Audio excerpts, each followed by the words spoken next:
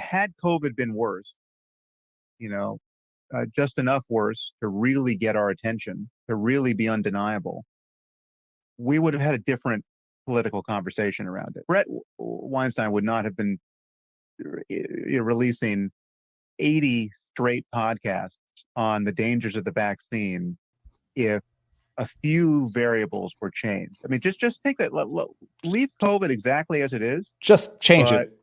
Just make it preferentially dangerous to children rather than to old people. Just that small thing. One other variable. What if the vaccines actually really did block transmission? What if the vaccines actually worked? They in fact did.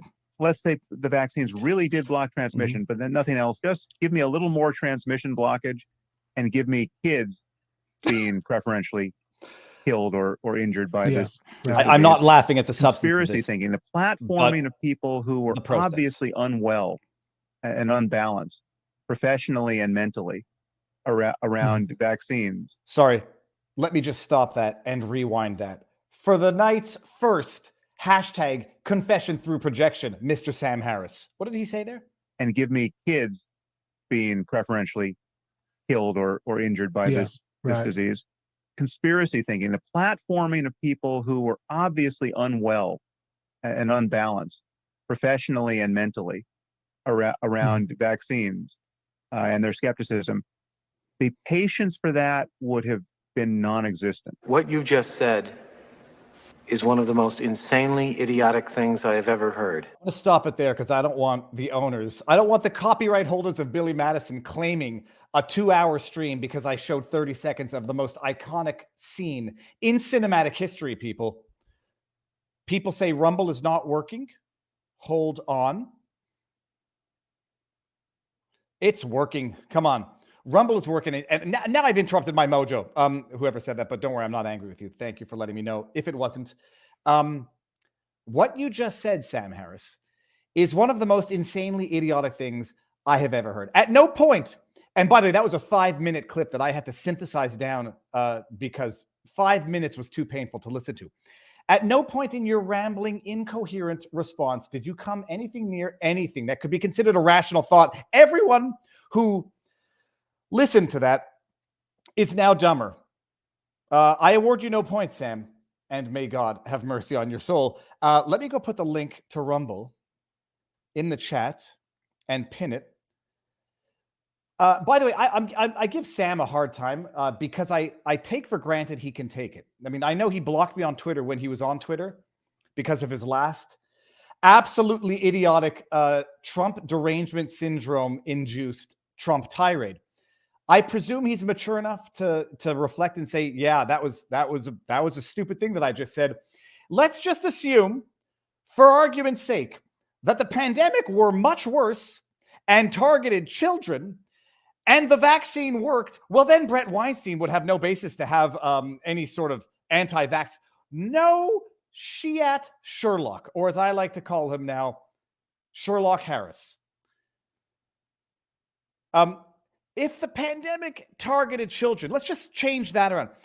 That's not just a change. That is a paradigmic shift, if that's a word. Paradigmic? That is a shift of the paradigm. It's not like, look, not to be mean to old people. I'm halfway there now, so I can sort of, I can walk both edges of this fence. It's not to be mean to old people, but illnesses that target old people are fundamentally different than any illness or issue that targets young people. And the reason is not a consequentialist, well, an old person's life is worth less than a young person's life, because they're not, in law. Murder of an old person versus murder of a young person, it's murder. And you'll go to jail for the rest of your life. You might have aggravating factors on sentencing. But when it comes to, illness, a pandemic that affects those who are already vulnerable and who have 6 months to 2 years left in their life, it's paradigmically different than a pandemic that affects the young that have 80 years left of their life, contribution to society, everything there. If we just change that one little detail, already off the charts stupid, Sam Harris. And I say this, you're an adult, you should be able to deal with this. If I say something stupid and I hypothesize one of the dumbest arguments conceivable, I expect to be called out on it. I will either defend myself or I will hang my head in shame and say, yeah, not my best moment. If the pandemic hit children, and if the vaccine worked, yeah, if the vaccine worked, I think we wouldn't have a problem with it, people. Oh, righty then. Barnes is in the backdrop, so I'm going to cut this a little short. Robert, you want to be in for the sponsor? No. I'll do it without Robert in here. And then when he comes in, we'll talk about it. Everybody, you might have noticed. First of all, standard disclaimers. Rumble rants, I won't get to all the Rumble rants. If you don't like that, don't give a Rumble rant. I don't like people feeling grifted, shilled, rooked, miffed, whatever. YouTube takes 30% of all of these beautiful things. Dustelov Ackman Carry. I spat on my computer again. In the house. Keep fighting. Do you have a P.O. box? It's in the About section on YouTube. YouTube takes 30% of all of these beautiful things called Rumble Super Chats. YouTube Rumble has their own version. They take 20%. So better for the creator, better to support a platform that supports free speech.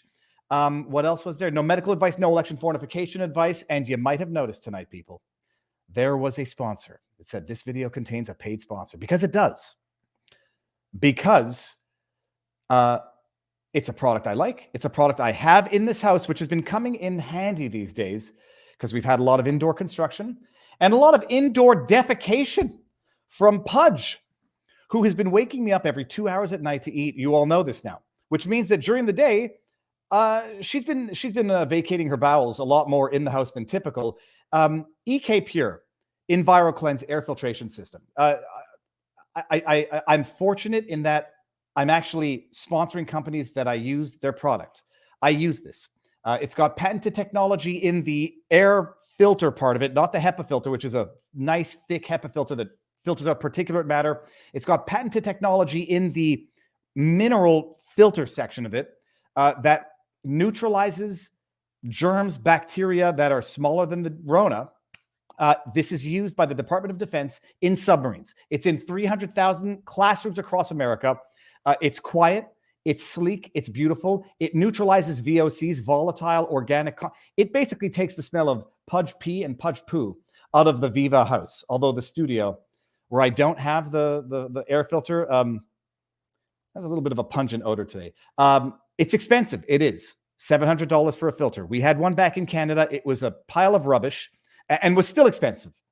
You get what you need, and you need what you get. And if you go to the website and you put in promo code Viva, ekpure.com, promo code Viva, you'll get a free air monitor thingy thing and 10% off the unit. And what was I going to say? There was one more thing about it. ekpure.com. They're fantastic. They're quiet, and I think they cover like 1,000 square feet. So, one or two in any given household, and you're going to have clean air. If you have filthy, germ-infested kids, it will help reduce the spread of the flu virus during the flu season. The link is in the pinned comment on both Rumble and YouTube. ekpure, Echo Kilo Pure.com/Viva or promo code Viva, but you'll get there. And now let's bring on the Barnes. Robert, sir, you're not at home. No, in Philadelphia, Pennsylvania. May I ask why, or should I not ask questions to which I don't know the answer? To hear Amos Miller, the Amish farmer. Okay, beautiful. Hold on. I think we're going to we're keeping it broad like this all night because your backdrop is beautiful. That's a beautiful place. Okay, Robert. So how long are you in? How long are you there for? Some of my people will be here for a little bit longer than I will be. I'll be here until Tuesday, and then they're here through Wednesday or Thursday. Beautiful.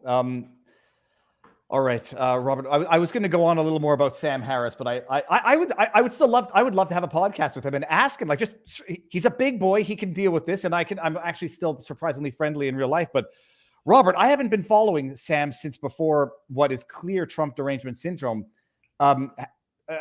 Is he sullying a legacy, or has he always sort of been thin on the logic and the intellect? I was never a fan of him. So a lot of people became fans of him because he was critical of aspects of politicized Islam, but he's anti-religious in general. He's anti-Christian, anti-Jewish, and in the sense that he's a proud atheist. And I think a lot of his arguments for religion being bad for society, in my view, I thought the atheist argument failed because of the 20th century.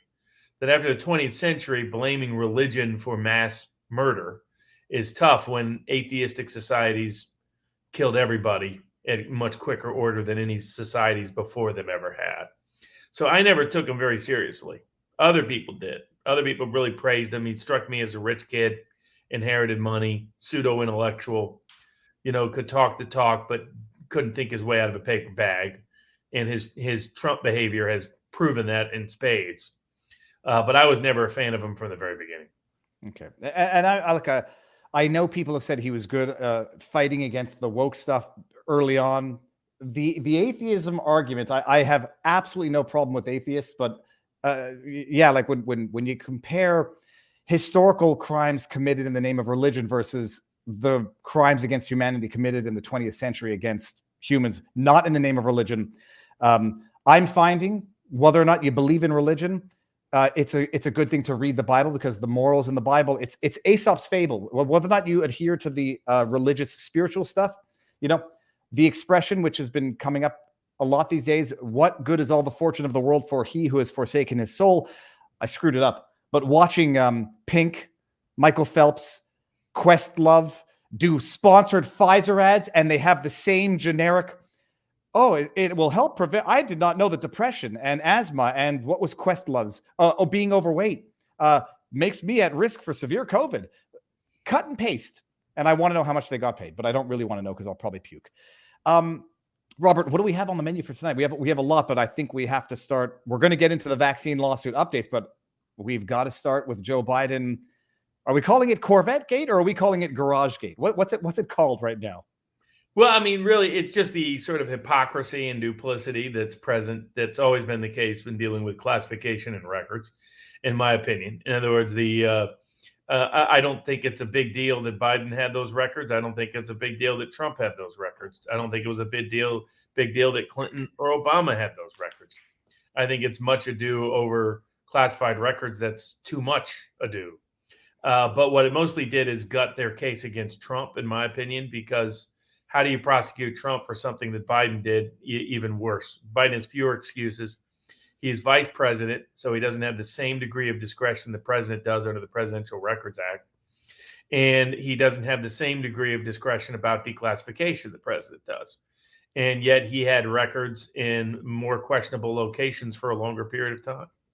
And so they'll assign a special counsel, but I think the net effect is to negate the Trump claims than it is to facilitate claims against Biden. I want to bring up Roger Stone had a quite a hilarious picture. Here we go. Here, okay, Robert. It's you'd say you can't make this stuff up, but we're living through quite bizarre times. Hold on. Roger Stone posted a picture on Twitter. It says, "Will Joe Biden get busted for the classified documents he hid at Mar-a-Lago?" And I was like, okay, I see this image, and now I'm once bitten, twice shy for the rest of my life. I'm like, okay, what is this? I go to YouTube. Try to pull up the original video and find it. And yeah, this is that we can own the 21st century market again by moving to electric vehicles. And by the way, they tell me, and I'm looking forward, if it's true, to driving one, that they're making an electric Corvette and go 200 miles an hour. You think I'm kidding? I'm not kidding. I'm not kidding, Jack. So I'm excited about it. Look at that. It's like, I mean, one's got to wonder, were those the documents literally in a video evidence that he put to the internet? But okay, so Robert, the legal side of this, there are people saying, oh, Biden's was a mistake. It's not a crime to take documents. It's a crime to accidentally take them. The difference between VP and president, it relates to classification, declassification, but not necessarily to removal of classified documents. So the vice president could have both actually, because I mean, the Presidential Records Act gives the president unilateral, a non-reviewable authority to declare certain documents personal records rather than presidential, at least until now. I mean, now maybe the courts are going to flip and decide that what they ruled in the Clinton case somehow doesn't apply to Trump. But while Trump was president, the existing law was the president under the Presidential Records Act gets to determine what is a private record and what is a presidential record. This was all after Nixon, and the goal was to change the law to make it clear that some records are presidential records that should be maintained in the archives and are not personal records of the president. But they gave the president the unilateral authority to make that, this non-reviewable authority to make that decision, at least when Bill Clinton was faced with it. Clinton took classified information with him, tape recordings of interviews he had done about classified events, and just had them in a sock drawer. And so they didn't, what wasn't the archives wasn't secure. The court said that those documents were not subject to FOIA because they were not even presidential records, because Clinton unilaterally and non-reviewably had the authority to declare what was private and what was presidential. The vice president has some of that, but doesn't have nearly the same scale of authority that the president does. The second area is the vice president can declassify certain things that he was the one to classify, but doesn't have the unilateral authority the president has to declassify anything anywhere at any time. And that's where the third difference is Trump's documents were, for all we've seen so far, secured. They were in a secure SCIF-oriented, a place made appropriate for SCIF, where you could review classified records. It had been a place of storage of classified records during Trump's presidency, and was going to be a designated facility under by the National Archives for classified material. By contrast, Joe Biden's garage never fit that definition. So the media trying to spin this, that somehow Biden is less egregious when he was the vice president, had less classification authority, less presidential records authority, and was storing the documents in a completely unsecure location and facility. He didn't even know they were there. I mean, and not only that apparently his son, there's a story that his son was paying inflated rent for the same property, which would be a way to launder money for, it'd be mighty convenient to have classified records easily accessible to your son, who can then, it's again a confession through projection. What did they accuse Trump of? That he was taking classified records to monetize it for personal political profit.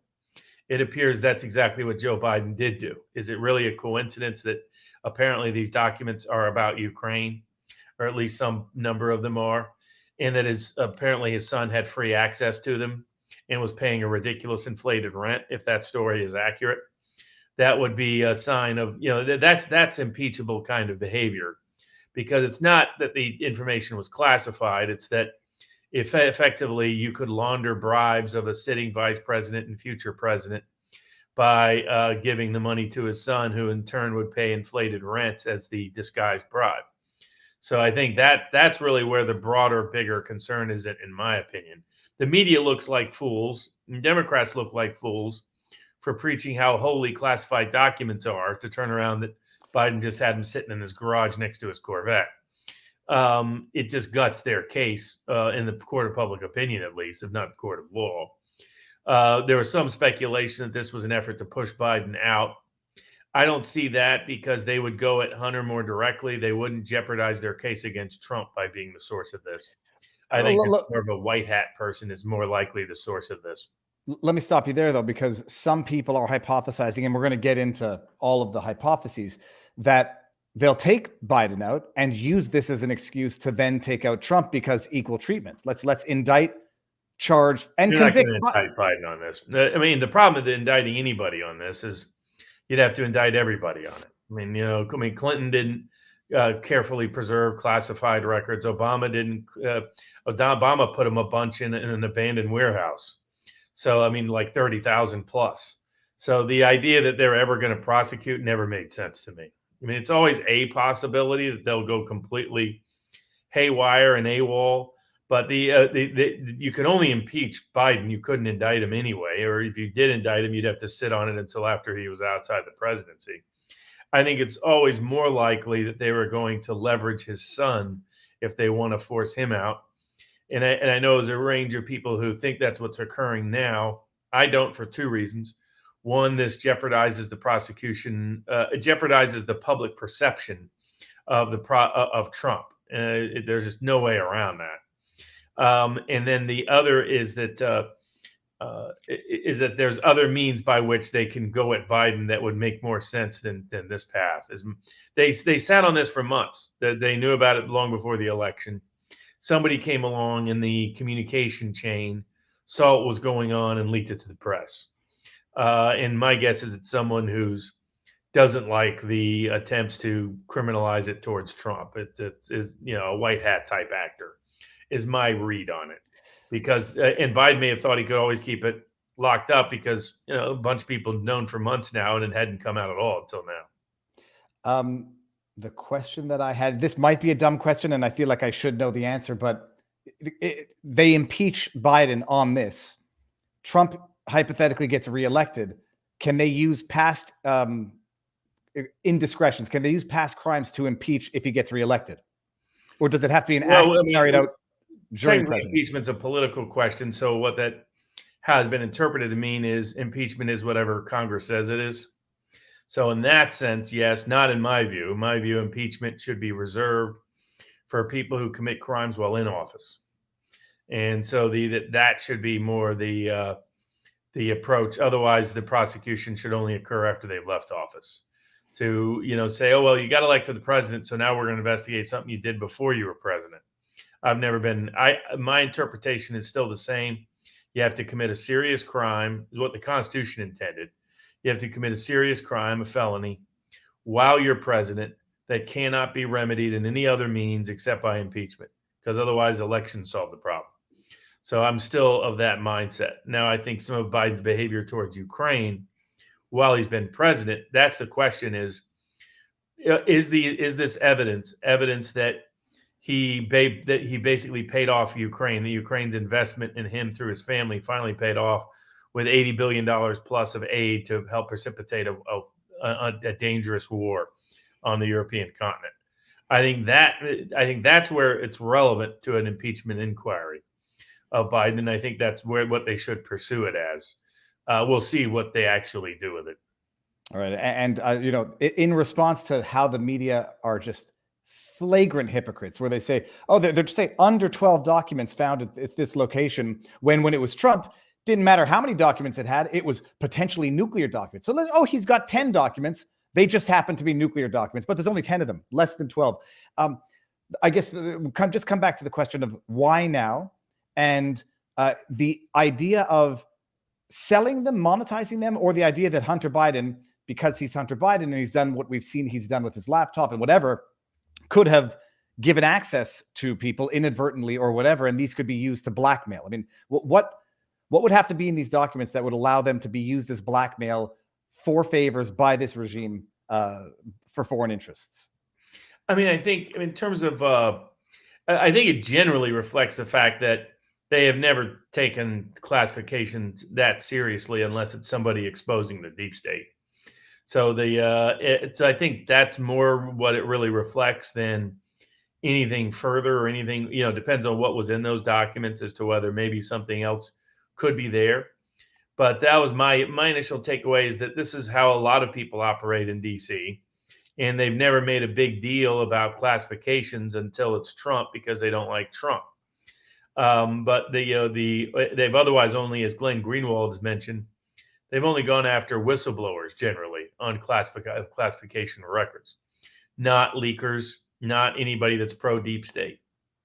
So I think that it's that discrepancy that's kind of being exposed. But I think in terms of the timing, this came across the desk of somebody that's not on the Biden or deep state side of the aisle, is my read.